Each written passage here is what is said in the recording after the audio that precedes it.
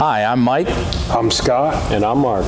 We are your Screen Machine product support team, and here's another quick tip. Hello, today's quick tip is over our in-tank filter housing assemblies.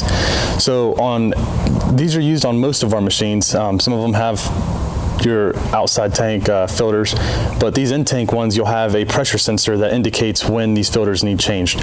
So as you can see on the filter, on the gauge itself, you'll have your green area, your yellow, and then your red area. So once it gets into your yellow area, that's when you want to get these changed. There's restriction, which is causing excessive pressure in your housing. So you'll want to replace, there's 3 filters in each of these tanks. So most of our machines have 2 in-tank filters. So there's 6 total filters, 3 in each.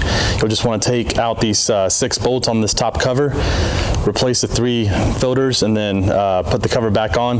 When you start it up, you'll see that you're back in the green on your pressure sensors or your pressure gauge.